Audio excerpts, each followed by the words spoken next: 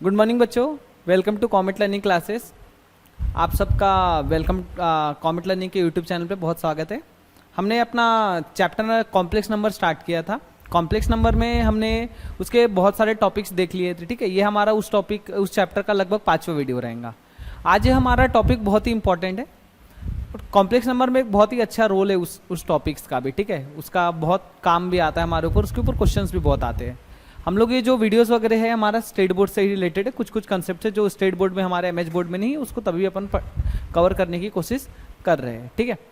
तो आज हम लोग पढ़ने वाले हैं, हम पहला टॉपिक हमारा रहेगा आर्गन डायग्राम, जिसको हम लोग कॉम्प्लेक्स प्लेन भी बोलने वाले हैं। सेकेंड टॉपिक रहेगा हमारा कि पोलर फॉर्म में कन्वर्ट करना, एक्सपोनेंशियल फॉर्म और पोलर एक्सपोनेंशियल और उसको x plus y Cartesian form में कन्वर्ट करना। इसके ऊपर कुछ क्वेश्चन रहेंगे, ठीक है। यही हमारे आज के टॉपिक है। पहला आर्गन डायग्राम और पोलर फॉर्म। आर्गुमेंट है, मॉडुलस है। आर्गुमेंट क्या होगा, मॉडुलस क्या होगा, ये सब भी हम लोग देखने वाले हैं, ठीक है। तो एक एक करके हम लोग टॉपिक देखेंगे। हमारा सबसे पहला टॉपिक स्टार्ट करते क्या है। हमारा सबसे पहला टॉपिक है आर्गन डायग्राम और कॉम्प्लेक्स प्लेन, ठीक है। आर्गन डायग्राम और कॉम्प्लेक्स प्लेन। आर्गन डायग्राम और कॉम्प्लेक्स प्लेन क्या बोलते हैं, इसे मान लो कोई एक कॉम्प्लेक्स नंबर है 3 + 2y, ठीक है। कॉम्प्लेक्स नंबर क्या है 3 + 2y।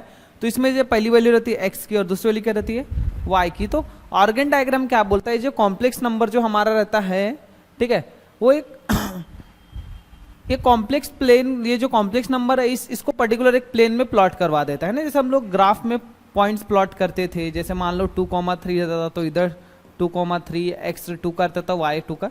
तो यही एक है कि हम लोग जो हमारा कॉम्प्लेक्स नंबर है उसको 2 डायमेंशनल ग्राफ में प्लॉट कर सकते हैं। जो हमारा रियल नंबर रहता है उसको x कोऑर्डिनेट बोलेंगे और जो इमेजिनरी पार्ट रहता है उसको y कोऑर्डिनेट बोलेंगे, ठीक है। और जो रियल नंबर वाला पार्ट रहता है वो जिस एक्सिस पे प्लॉट होता है उसको हम लोग रियल एक्सिस बोलेंगे।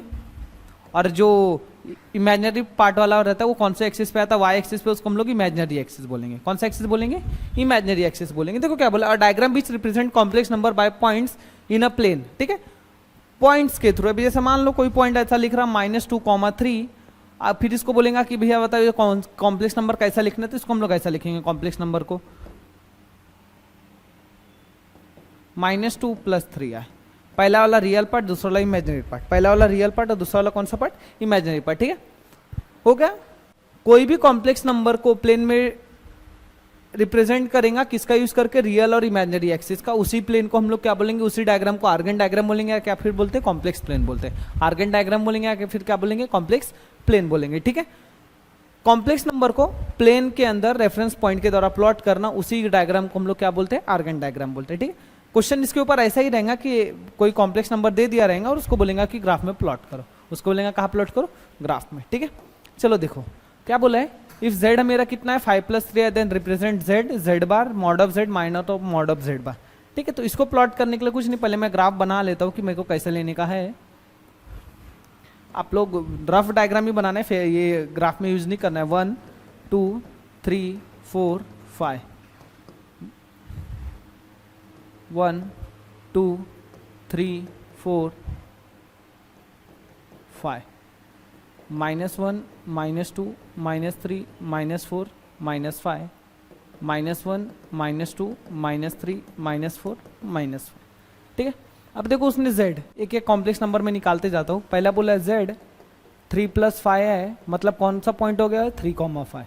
कौन सा पॉइंट हो गया 3,5। नेक्स्ट क्या बोला है z बार का मतलब इसका कॉन्जुगेट, तो बीच का साइन चेंज कर दूंगा, तो मेरा क्या हो गया 3, -5 3, नेक्स्ट क्या है मेरा माइनस ऑफ z, तो इसको माइनस से मल्टीप्लाई कर दिया तो -3 है, -5 है, तो -3 -5 हो जाएगा, ठीक है। तो पहला पॉइंट क्या बोले 3,5, 3 इधर है 5 इधर है, यहाँ पे आएगा, इसको मैंने लिख दिया 3,5। दूसरा पॉइंट क्या बोले 3, -5, 3, -5 इधर है, यह है मेरा 3, -5, ठीक है। नेक्स्ट पॉइंट क्या है मेरा -3 -5, -3 -5 इधर है, -3 -5। नेक्स्ट पॉइंट क्या है माइनस ऑफ z बार को माइनस से मल्टीप्लाई करना, तो -3 + 5 -3 + 5 इधर रहेंगे, ठीक है। तो ऐसा हमको ग्राफ में क्या करने का, प्लॉट करने का। बहुत ही सिंपल है, इस पे ये नहीं है, ठीक। आर्गन डायग्राम बस इतना काम है कि वो कॉम्प्लेक्स नंबर को एक ग्राफ में क्या करके प्लॉट करके, प्लेन में प्लॉट करके बताएंगे कोई रेफरेंस पॉइंट के द्वारा। ये जो है ये हॉरिजॉन्टल, इसको रियल एक्सिस बोलेंगे, और जो वर्टिकल इसको हम लोग इमेजिनरी एक्सिस बोलेंगे, ठीक है। तो ये हमारा कौन सा टॉपिक था, आर्गन डायग्राम था, ठीक है। समझा आपको। नेक्स्ट टॉपिक पे चलते हैं हम लोग। क्या है, अभी हमारा जो टॉपिक है उसको बोलेंगे मॉडुलस। क्या बोलेंगे, मॉडुलस। मॉडुलस का मतलब ऐसा भी होता है कि जैसे मान लो ये हमारा एक ग्राफ है, आर्गन डायग्राम बनाया मैंने, ठीक है, और एक पॉइंट ले लिया मैंने 2,3। क्या ले लिया पॉइंट मैंने, 2,3। 2 इधर से, ये डिस्टेंस हो गया 2 और ये डिस्टेंस हो गया मेरा 3। अब मॉडुलस का मतलब क्या होता है, पर्टिकुलर जब आप आर्गन डायग्राम में कोई पॉइंट प्लॉट करते हो, ठीक है, आर्गन डायग्राम में कोई पॉइंट प्लॉट करते हो, वो जो पॉइंट है ये रियल एक्सिस और इमेजिनरी एक्सिस के इंटरसेक्टिंग पॉइंट से कितना दूर बता रहा है, उसी को हम लोग क्या बोलते हैं, ये जो मेरा लाइन है इसी को मैं बोलूँगा और मॉडुलस। क्या बोलूँगा, मॉडुलस। इसको मॉडुलस को आर से भी डिनोट करते हैं। किससे डिनोट करते हैं, आर से भी। या इसको मॉड ऑफ जेड भी बोल सकते हो। क्या बोल सकते हो, मॉड ऑफ जेड। कोई पॉइंट है कॉम्प्लेक्स नंबर का, उसको मैं आर्गन डायग्राम में प्लॉट किया, वो पॉइंट जो है वो इस ओरिजिन पॉइंट से कितना दूर है, वो डिस्टेंस बताएगा ओरिजिन पॉइंट से, उसी को हम लोग क्या बोलते हैं, मॉडुलस बोलते हैं। उसी को क्या बोलते हैं, मॉडुलस बोलते हैं। अब जैसे मेरा राइट एंगल ट्रायंगल हो गया, तो हाइपोटेनस की लेंथ निकालने का है तो side square plus side square करता हूँ, ठीक है। तो हाइपोटेनस मेरा आर है और इसको मान लो ए बी जो मानने का है, तो ए स्क्वायर प्लस बी स्क्वायर, तो आर इक्वल टू हो जाएगा under root a square plus b square. तो ये मेरा मॉडुलस निकालने का फॉर्मूला, इसको मॉड ऑफ जेड भी बोलते हैं, ठीक है। इसको क्या बोलते हैं, मॉड ऑफ जेड भी, ठीक। तो ये मेरा क्या था, फॉर क्या, मॉडुलस का। तो मॉडुलस का मतलब क्या हुआ, कोई कॉम्प्लेक्स नंबर है, उसका जो कॉम्प्लेक्स पॉइंट है वो आर्गन डायग्राम में प्लॉट किए, उस वो पॉइंट ओरिजिन से कितना दूर बता रहा है, वो जो डिस्टेंस बताएंगे उसी को हम लोग मॉडुलस बोलते हैं। उसी को क्या बोलते हैं, मॉडुलस। देखो कोई लिखा है modulus of mod of z, defined mod of z under root a square plus b square. ये मेन फॉर्मूला है जो हमारे काम का है, ठीक है। बहुत क्वेश्चन आएंगे इसके ऊपर, mod of z is equal to ऐसा करके under root a square plus b square, ठीक है। तो मॉडुलस ऑफ जेड आपको समझ गया। नेक्स्ट देखते हैं क्या है, नेक्स्ट है हमारा प्रॉपर्टीज, उसके properties of modulus of complex number, ठीक है। Properties of modulus of complex number. पहले क्या बोले उसने, मॉड ऑफ जेड। क्या बोले, मॉड ऑफ जेड। अगर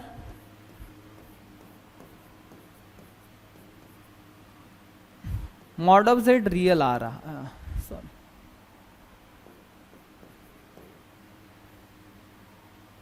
मान लो मॉड ऑफ जेड आपका 0 आ रहा है। क्या आ रहा है, मॉड ऑफ जेड 0 आ रहा है, तो इसका मतलब जेड जो है आपका 0 कॉम्प्लेक्स नंबर है। कौन सा कॉम्प्लेक्स नंबर है, 0 कॉम्प्लेक्स नंबर है। अगर मॉड ऑफ जेड कितना आ रहा है, 0 आ रहा है, तो जेड आपका क्या है, 0 कॉम्प्लेक्स नंबर है, ठीक है। नेक्स्ट है, अगर 2 कॉम्प्लेक्स नंबर का मल्टीप्लाई करके अगर मॉड निकालोगे तो इसको सेपरेट करके भी निकाल सकते हो, mod of z1 into mod of z2। Same to same divide करेंगे मॉड ऑफ z1 अपन मॉड ऑफ z2, ऐसा रहेगा। तो इन दोनों का सम हमेशा सेपरेट वाले के एडिशन से लेस रहेगा। सेपरेट वाले के एडिशन से क्या रहेगा, लेस। ये कुछ प्रॉपर्टी जो हमको एमसीक्यूज वगैरह में काम आने वाले हैं। नेक्स्ट क्या बोला है, z1 प्लस z2 का होल स्क्वायर, तो इसका रहेगा मॉड ऑफ z1 का square plus mod of z2 का square plus 2 times real of z into z1 bar, z1 into z2 bar, sorry, ठीक है। क्या है, z1 प्लस z2 का होल स्क्वायर, z1 का होल स्क्वायर प्लस z2 का square पर 2 times real of z1 into z bar.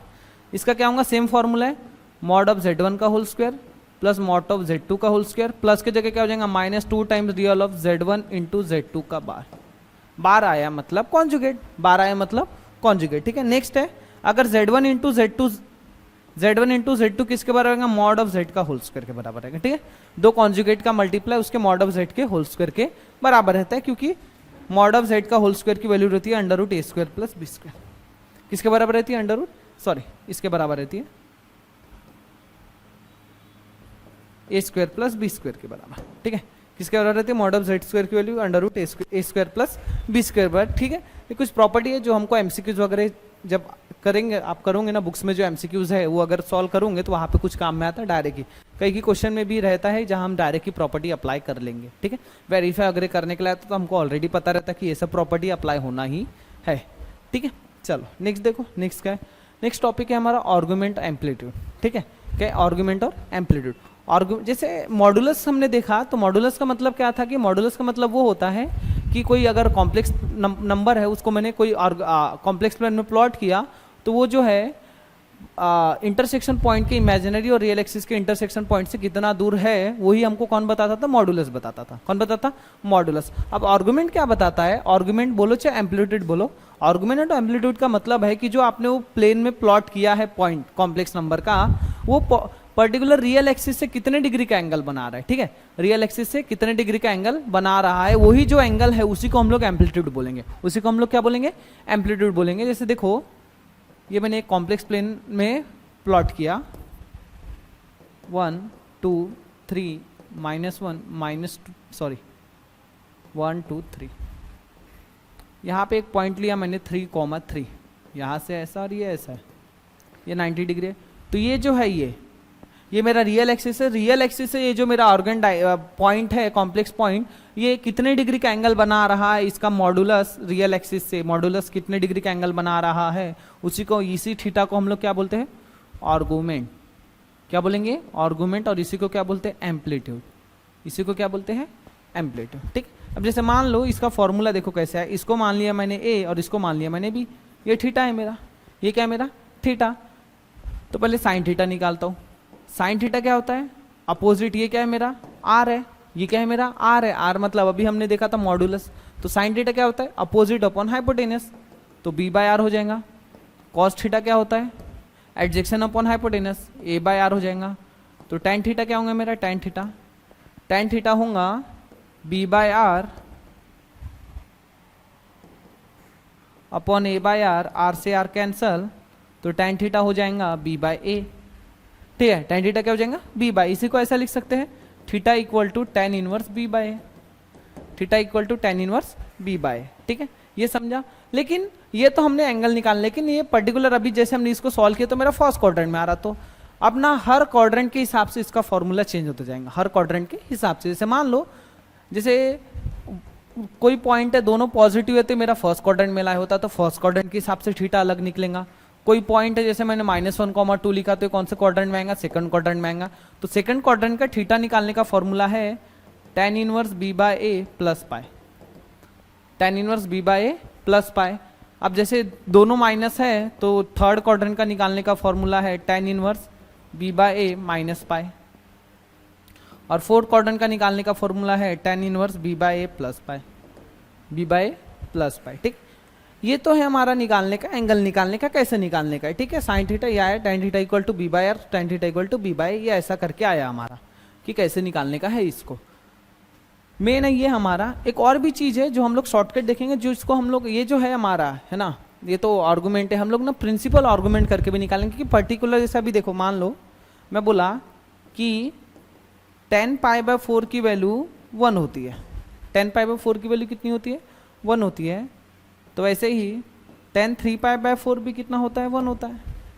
tan 3π/4 भी कितना होता है, 1 होता है। tan 5π/4 भी कितना होता है, 1 होता है। बट प्रिंसिपल वैल्यू का मतलब है सबसे पहले 1 कौन सा एंगल पे दे रहा है, π/4 पे दे रहा है, तो उसके लिए हम लोग। और प्रिंसिपल वैल्यू तुम्हारा हमेशा 0 से पाई के बीच में ही रेंडर करेगा। किसके बीच में रेंडर करेगा, 0 से पाई के बीच में ही रेंडर करने वाला है ना, उससे आगे जाएगा ना उससे पीछे जाएगा। क्योंकि जो मेरा tan है, tan का पीरियोडिक फंक्शन कौन है भैया, पाई है। tan का पीरियोडिक फंक्शन कौन है हमारा, पाई है। ठीक, तो ऐसा सॉल्व करेंगे हम लोग ना। बेसिकली आप लोगों के जो MS बोर्ड के स्टेट बोर्ड का बुक्स है, उसमें यही फॉर्मूले से क्वेश्चन सॉल्व किया है। तो हमको याद रखना है कि भैया फर्स्ट क्वाड्रेंट में है तो सिंपल वाला यूज करना है, ये वाला। सेकंड क्वाड्रेंट में है तो उसमें पाई ऐड कर देना है, थर्ड क्वाड्रेंट में है तो उसमें से पाई माइनस कर देना है, और फोर्थ क्वाड्रेंट में है तो उसमें 2 पाई ऐड करना है। ठीक है, कितना ऐड करना है, 2 पाई। ठीक है, सिंपल याद रखना है। First quadrant tan inverse B by, second quadrant tan inverse B by plus pi, third quadrant minus pi, fourth quadrant plus 2 pi. ठीक है, बहुत सिंपल है। अब मैंने जो बोला था कि क्या शॉर्टकट में हमको ये जो हम देखने वाले, हम इसको बोलेंगे प्रिंसिपल आर्गूमेंट, है ना। ये हमेशा 0 से पाई के बीच में ही रेंडर करेंगे। अब देखो, जैसे थीटा, अगर ये हमारा कौन सा क्वाड्रेंट है, फर्स्ट, ये मेरा सेकंड, ये मेरा थर्ड, और ये मेरा फोर्थ। फर्स्ट में आया तो थीटा लेंगे, सेकंड में आया तो थीटा प्लस पाई लेंगे, फोर्थ में आया तो थीटा माइनस पाई, फिर जाए तो थीटा ले। ठीक है, ये है जो हमारे काम का है, थीटा माइनस पाई, थीटा प्लस पाई, जो याद रखने का डायरेक्ट। थीटा मतलब भैया हो गया आर्गुमेंट, मतलब tan inverse B by a, tan inverse B bye.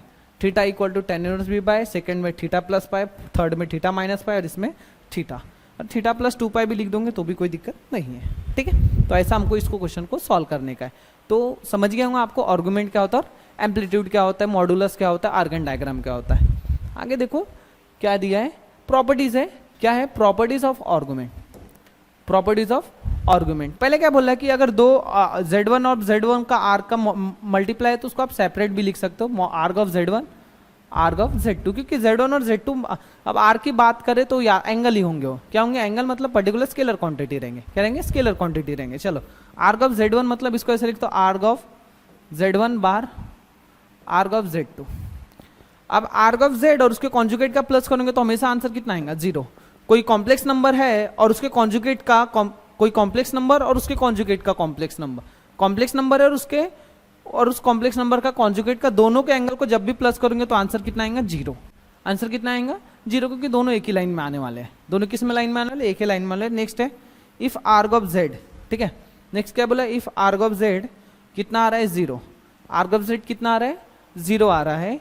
इसका मतलब अगर आर्ग ऑफ z 0 आ रहा है तो जो आपका z है, ठीक है, देखो थीटा निकालने का फॉर्मूला क्या है, tan inverse b by, tan inverse b by. अगर 0 आया मतलब ये ऊपर वाला b किसको डिनोट करता है, आपका इमेजिनरी को। इसका मतलब z आपका रियल रहेगा, क्योंकि b 0 है, b 0 है मतलब इमेजिनरी पार्ट 0 है, इमेजिनरी पार्ट तो प्योरली रियल हो गया है, तो रियल ये क्या हो जाएगा, प्योरली रियल, क्या हो जाएगा, प्योरली रियल। b 0 तो प्योरली रियल, a 0 तो प्योरली इमेजिनरी, ठीक है। तो कुछ प्रॉपर्टीज है जो हम ये सब ना, ये जो हम प्रॉपर्टीज है ना एमसीक्यूज में काम आते हैं। कहाँ काम आते हैं, एमसीक्यूज में काम आते हैं, ठीक। तो ये प्रॉपर्टीज थी जो हो गया है। अब हम लोग ने स्टार्ट करेंगे इसके क्वेश्चन जो हमने आज टॉपिक पढ़ा है आर्गुमेंट वगैरह इससे रिलेटेड। देखो क्या बोला पहला क्वेश्चन कि find the modulus and amplitude of each of the following complex number, ठीक है।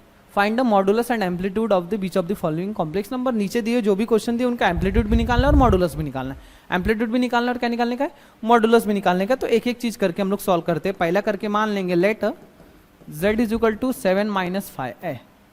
z कितना है मेरा, 7 - 5 है। इसमें से a हो गया 7 एंड b कितना हो गया, -5। b कितना हो गया, -5। पहले उसने बोला आर्गुमेंट निकालने के लिए, सॉरी मॉडुलस, तो r equal to mod of z under root a square plus b square, 7 का स्क्वायर प्लस -5 का स्क्वायर, 49 प्लस 25, 49 प्लस 25। आगे देखो z mod of z r equal to क्या हो जाएगा, 9 और 5 हो गया, 14 का 4 कैरी 1, 4 और 2 6, 6 और 1 7। तो आर्गुमेंट निकल गया मेरा। आर्गुमेंट कितना आया, अंडर रूट 74, ठीक है। स्प्लिट करके लिख सकते, स्प्लिट होगा तो करना, नहीं होगा तो नहीं करना। 74 स्प्लिट करना मतलब इसको कोई ऐसे दो नंबर के मल्टीपल में लिखो जिसमें से कोई एक नंबर क्या होना चाहिए, किसी का स्क्वायर होना चाहिए, ठीक है। नहीं आता तो ऐसे स्प्लिट करके लिखना। 74 को अगर 2 से डिवाइड किया तो 3 × 6 होगा, ये 7, 37 2 आ रहा है, ठीक है। 37 2 37 किसका है नहीं, तो वह करने की जरूरत है नहीं। तो हमारा पहला तो निकल गया जो उसने क्या बोला था, मॉडुलस निकालने के लिए, ठीक है। अब उसने क्या बोला, एम्पलीट्यूड। एम्पलीट्यूड भी बोल सकते हैं और आर्गुमेंट भी बोल सकता है, ठीक है। Amplitude is nothing but a argument, argument, ठीक है। एम्पलीट्यूड और आर्गुमेंट दोनों एक ही है, दोनों में कोई डिफरेंस नहीं, बस नाम अलग अलग है। अब देखो क्या बोल रहा है आर्गुमेंट निकालने के लिए। तो पहला a दिया है उसने, देखो a क्या दिया है, a दिया है 7 एंड b दिया है -5। देयरफॉर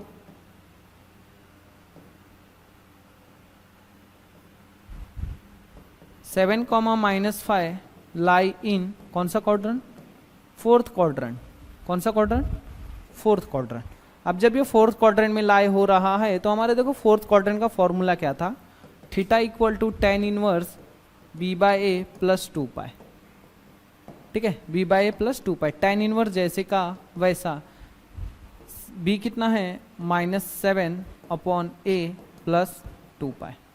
एक बात और याद रखो कि अगर कहीं ऐसा आ रहा है tan इनवर्स माइनस थीटा है तो उसको आपको, सॉरी tan इनवर्स -a है तो उसको -tan इनवर्स a लिख सकते हो, minus of tan inverse a। Property apply होता तो माइनस बाहर आ गया, tan इनवर्स 7/5 प्लस 2π। ये आपका क्या रहा, थीटा का आंसर, क्योंकि फोर्थ क्वाड्रेंट में आ रहा है। कौन से क्वाड्रेंट में आ रहा है, फोर्थ क्वाड्रेंट में आ रहा है। tan -7/5 प्लस 2π, ठीक है। तो ऐसा हमको ये हमारा आर्गुमेंट निकल गया और ऊपर वाला मेरा क्या हो गया, मॉडुलस निकल गया। आर्गुमेंट और मॉडुलस, ठीक है। एक और क्वेश्चन देखते हैं। अब इसमें देखो ये दिया है तो हम करके मानेंगे, ठीक है।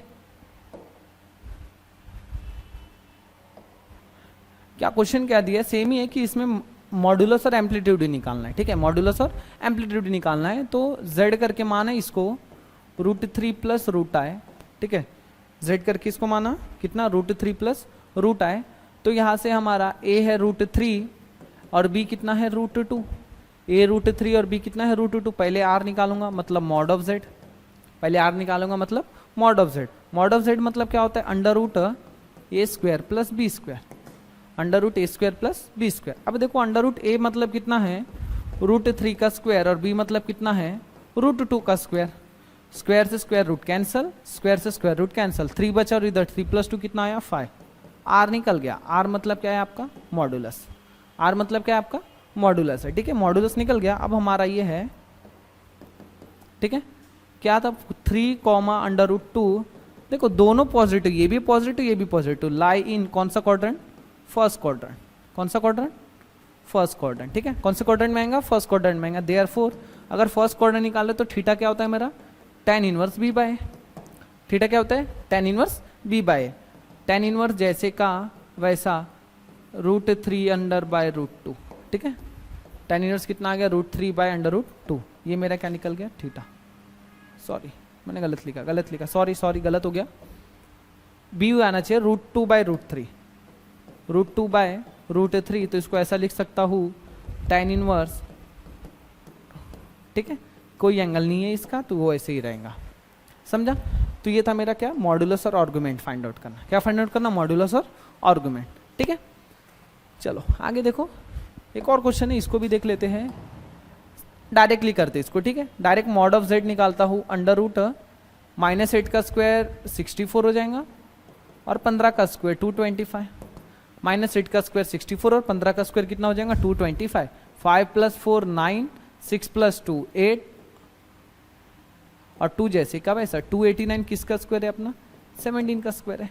किसका स्क्वायर है 17 का। तो मॉड ऑफ z कितना आ गया 17। मॉड ऑफ z कितना है 17। वैसे ही अब क्या निकालने का हमको ये, तो पहले देख लो माइनस प्लस है, कौन सा है माइनस प्लस, तो कौन सा क्वाड्रेंट आता है सेकंड क्वाड्रेंट। कौन सा क्वाड्रेंट आता है सेकंड क्वाड्रेंट। माइनस प्लस कौन सा क्वाड्रेंट है सेकंड। तो थीटा निकालने का फॉर्मूला क्या है tan inverse b/a plus pi. Second quadrant का फॉर्मूला क्या है tan inverse b/a plus pi. tan inverse b कितना है मेरा, b है 15/-8 प्लस पाई। तो पाई माइनस tan इनवर्स 15/8 आ जाएगा। सिंस क्यों, क्योंकि tan इनवर्स -a को मैं minus of tan inverse a लिख सकता हूँ, minus of tan inverse a लिख सकता हूँ, ठीक है। तो ये था मेरा क्वेश्चन, ठीक है। समझ रहा है, एक एक करके हम क्वेश्चन का थोड़ा लेवल भी बढ़ाते जा रहे हैं। देखो आगे देखो, इसमें देखो क्या बोला है वाले क्वेश्चन में। इसको लेट करके z करके मान लिए 1 + 2i का होल स्क्वायर 1 - i। पहले इधर फॉर्मूला लगा लो, काई का फॉर्मूला लगेगा a + b का होल स्क्वायर। काई का फॉर्मूला लगेगा a + b का होल स्क्वायर। तो क्या होगा 1² + 2ab + b²। अरे 1 - i जैसे का वैसा, 1 का स्क्वायर 1, 2 × 2 = 4i प्लस 2 का स्क्वायर 4, अरे हो जाएगा i²। 1 - i जैसे का वैसा, 4 + 1 5, सॉरी 1 i² माइनस हो जाएगा -4 + 4i 1 - i। सिंस i² कितना है -1। चलो देखो 1 में से 4 में से 1 गया -3 + 4i 1 - i, -4 + 3i -3 + 4i। चलो अब मल्टीप्लाई करो, 3 × 1 = 3 plus minus minus 3 minus minus plus, ये हो गया 4 × 1 = 4 minus plus minus 4i²,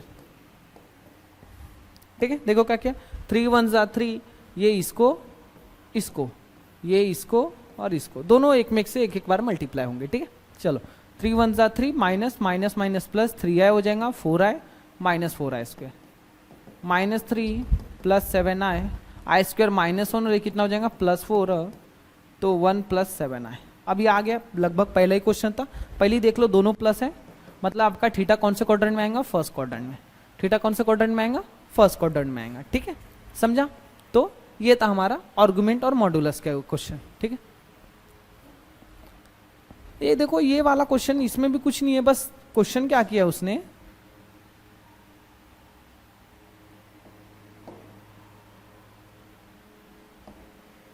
question को क्या किया है, क्वेश्चन को क्या किया है, देखो कि उसने बस पूछने का तरीका अलग रखा है। पूछा वही है कि मॉड्यूलस और आर्गुमेंट निकालना है। क्या निकालना है? मॉड्यूलस और आर्गुमेंट। जैसे आप लोगों ने अगर वीडियो देखा होगा ये वाला, ऑफ कोर्स देखा ही होगा, जब ये वाले वीडियो आप 5वां वीडियो देख रहे हैं तो इसके पहले के वीडियो देखे होंगे, ठीक है। तो जब भी अगर दो कॉम्प्लेक्स नंबर डिवीजन में है, उसको हमको एक अगर कॉम्प्लेक्स नंबर में कन्वर्ट करना है तो हम हमेशा क्या अप्लाई करते थे? क्या अप्लाई करते थे? बोलो, क्या अप्लाई करते थे? रैशनलाइजेशन। क्या अप्लाई करते थे? रैशनलाइजेशन, ठीक है। जब भी अगर कोई एक कॉम्प्लेक्स नंबर है, कॉम्प्लेक्स नंबर दो कॉम्प्लेक्स डिवीजन में है, उसको एक में कन्वर्ट करना है तो हमेशा हम लोग क्या अप्लाई करते? रैशनलाइजेशन। अब यहाँ पे भी मैं सेम क्या अप्लाई करूंगा? रैशनलाइजेशन अप्लाई करूंगा। क्या अप्लाई करूंगा? रैशनलाइजेशन। तो देखो क्या हो जाएगा, z is equal to 1 + 2y upon 1 - 3। Rationalization का मतलब क्या होता है? जो डिनोमिनेटर में दिख रहा है उसको ऊपर नीचे मल्टीप्लाई करो, बीच का साइन चेंज करके। तो 1 + 3y, 1 + 3y, 1 + 2y, 1 + 3y, 1 - 3y, 1 + 3y। ऊपर का मल्टीप्लाई कर लो, 1 × 1 = 1, 1 × 3 = 3, 2 × 1 = 2, 3 × 2 = 6 i²। 1 का square 1, a - b, a + b। कौन सा formula? a - b, a + b। तो 1 का स्क्वायर कितना होगा? 1 माइनस 3i का होल स्क्वायर, ठीक है। चलो देखो ऊपर क्या हो गया, 3 + 2 5i + 6 - 1, 1 - 9 - 1, सिंस i² कितना है भैया? -1। i² कितना है? -1। आगे देखो क्या हुआ, equal to 1 - 6 + 5i upon minus minus plus 1 + 10 -5 + 5 + 9 + 10, ठीक है। अब यहाँ से कुछ नहीं और कर सकते, ऐसे ही रखो, -5/10 + 5i/10 -1/2 + 1/2i। ये आपका z आ गया, ये आपका क्या आ गया? z, ठीक है। इसके बाद आर्गुमेंट और कॉम्प्लेक्स निकाल सकते हो। माइनस प्लस है, माइनस प्लस कौन से क्वाड्रेंट में आता है? सेकंड में। तो थीटा आपका हो जाएगा tan inverse b/a + π, tan inverse b/a + π, ठीक है। समझा? सिंपल आ गया है। अब आप लोग इसके आगे सॉल्व कर सकते हैं, मॉड्यूलस भी निकाल सकते हैं। मॉड्यूलस निकालने का फॉर्मूला है इसका स्क्वायर इसका स्क्वायर, 1/2 का 1/4, 1/2 का 1/4, 1/4 + 1/4 कितना हो जाएगा? 2/4, 1/2 आ जाएगा, ठीक है। 1/√2 आ जाएगा आपका। चलो क्या बोले next question, find the values of theta for which is purely real. अब उसने बोला है थीटा की वो वैल्यू फाइंड आउट करो जब ये जो है आपका जो दिया हुआ ये प्योरली रियल आना चाहिए। क्या आना चाहिए? प्योरली रियल आना चाहिए। अब देखो क्वेश्चन को हम लोग सेम है, z is equal to 4 + 3i sin theta upon 1 - 2i sin theta. तो z नहीं मान रहा है, इक्वल टू के लेके इधर सॉल्व कर रहा हूँ, ठीक है। सेम है, ऊपर एक कॉम्प्लेक्स नंबर नीचे कॉम्प्लेक्स नंबर। अभी मैं बताया अगर ऊपर नीचे कॉम्प्लेक्स नंबर आ रहा है। अच्छा एक बात बताओ, अगर ये प्योरली रियल होना चाहिए तो इसका मतलब यहाँ पे प्योरली रियल के लिए कौन सा पार्ट 0 होना चाहिए? इमेजिनरी पार्ट 0 होना चाहिए, ठीक है। कौन सा पार्ट 0 होना चाहिए? इमेजिनरी पार्ट 0 होना चाहिए, ठीक है। अगर प्योरली रियल किसी भी कॉम्प्लेक्स नंबर को प्योरली रियल बताना है तो इमेजिनरी पार्ट क्या कर दो उसका? 0। ये कंडीशन हमको यहाँ पे यूज करना है, ठीक है। चलो देखो 4 + 3i sin theta upon 1 - 2i sin theta into 1 + 2i sin theta upon 1 + 2y sin theta, ठीक है। क्या किया मैंने? रैशनलाइज। ऊपर का ऊपर से करो मल्टीप्लाई, क्या हो जाएगा? 4 × 1 = 4, 4 × 2 = 8, ठीक है। 3 × 1 = 3, 3 × 2 = 6 i × i² और sin × sin² थीटा अपॉन ये a - b और इधर a + b। क्या का फॉर्मूला है? a² - b² का। तो 1 का स्क्वायर -2i sin थीटा का होल स्क्वायर। चलो आगे देखो क्या हो गया, थीटा आया यहाँ पे। अब देखो प्लस करते तो 4 + 11 i sin theta I square minus होंगे तो -6 साइन स्क्वायर थीटा अपॉन 1 आई स्क्वायर -1 प्लस 2 साइन स्क्वायर, 2 का स्क्वायर 4 हो जाएगा, ठीक है। 2 का स्क्वायर 4, आई स्क्वायर के लिए -1 और ये माइनस से मल्टीप्लाई करके प्लस और साइन स्क्वायर थीटा जैसे का वैसा। चलो सेपरेट करो, 4 minus 6 sine square theta upon 1 plus 4 sine square theta plus 11 sine theta I upon 1 plus 4 sine square theta. 4 minus 6 sine square theta upon 4 plus sine square theta और 11 by sine theta plus 4 sine square theta, ठीक है। चलो आगे देखो, ये आया हमारा जो गिवन दिया हुआ था कॉम्प्लेक्स नंबर उसका आया।